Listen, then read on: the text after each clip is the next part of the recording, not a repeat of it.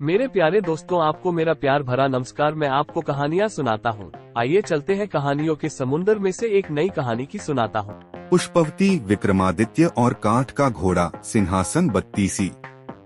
Pushpavati Hindi story, सिंहासन बत्तीसी। आठवीं पुतली पुष्पवती की कथा इस प्रकार है। राजा विक्रमादित्य अद्भुत कलापारखी थे। उन्हें श्रेष्ठ कलाकृतियों से अपने महल को सजाने का शौक था।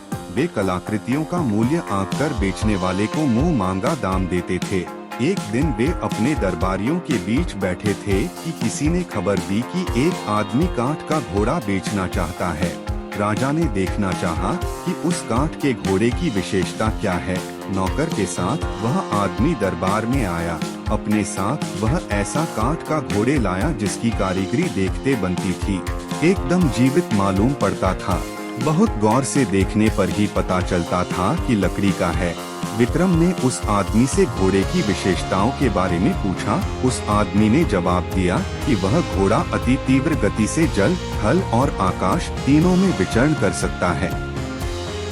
उसके दाम के बारे में पूछने पर उसने बताया कि यह उसकी जीवन भर की मेहनत का फल है, इसलिए वह 1,00,000 स्वर्ण मुद्राओं से कम में उसे नहीं बेचेगा।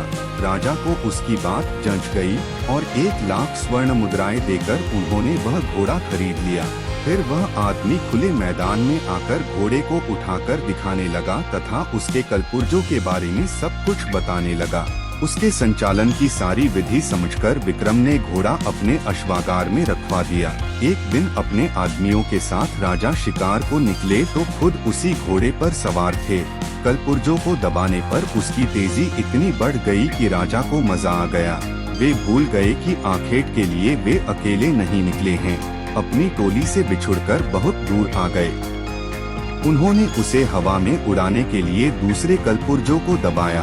उसकी गति हवा में इतनी बढ़ गई कि राजा के लिए उसे संभालना मुश्किल जान पड़ा। उन्होंने उसे जमीन पर उतारना चाहा तो वह उसी गति से उतरा और एक घने पेड़ की शाखाओं से टकराकर टुकड़े टुकड़े हो गया। अब उस निर्जन और अनजान जगह पर राजा अकेले थे। वे इधर उधर भटक रहे थे। तभी सामने एक बंदरिया कूदी और अपने हाव भाव से कुछ बताने की कोशिश करने लगी। राजा कुछ समझ पाते तब तक उनकी न एक कुटिया पर पड़ी। राजा को भूख लगी थी और वे थके भी थे।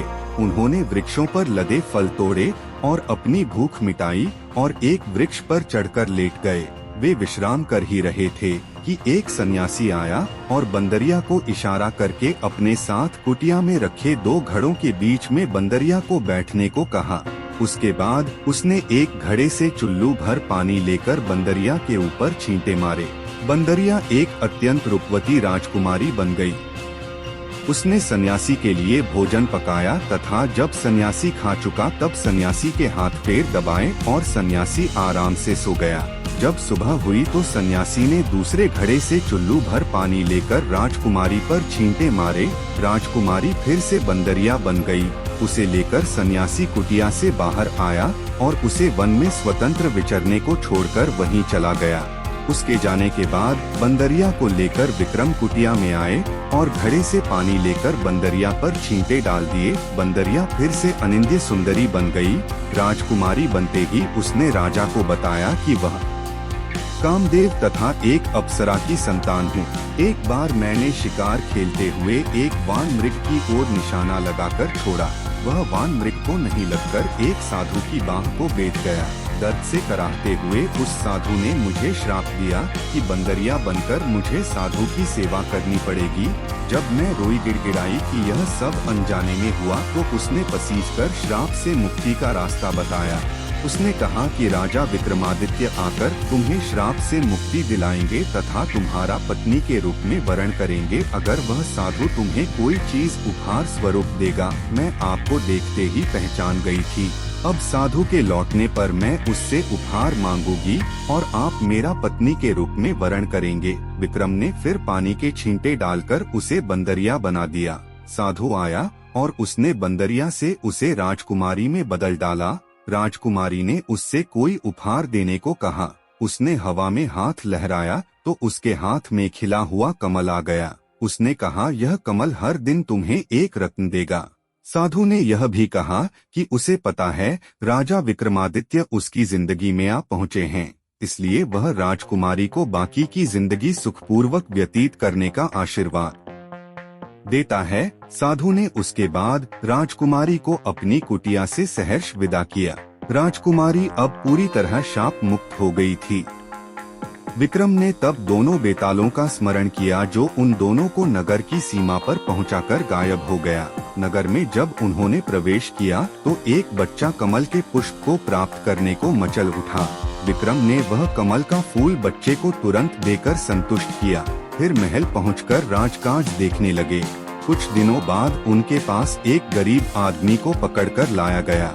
उसे बहुमूल्य रत्न बेचने के आरोप में बंदी बनाया गया था। राजा के पूछने पर उसने बताया कि उसके बच्चे को किसी ने एक खिला कमल दिया था, उसी कमल से ये रत्न उसे प्राप्त हुए हैं।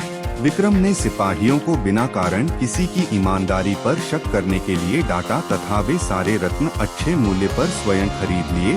वह आदमी राजा को दुआएं देता हुआ संतुष्ट होकर दरबार से विदा हुआ। मिलता हूँ दोस्तों अपनी अगली नई कहानी के साथ, तब तक आप सबको दीपक डोगरा का प्यार भरा नमस्कार।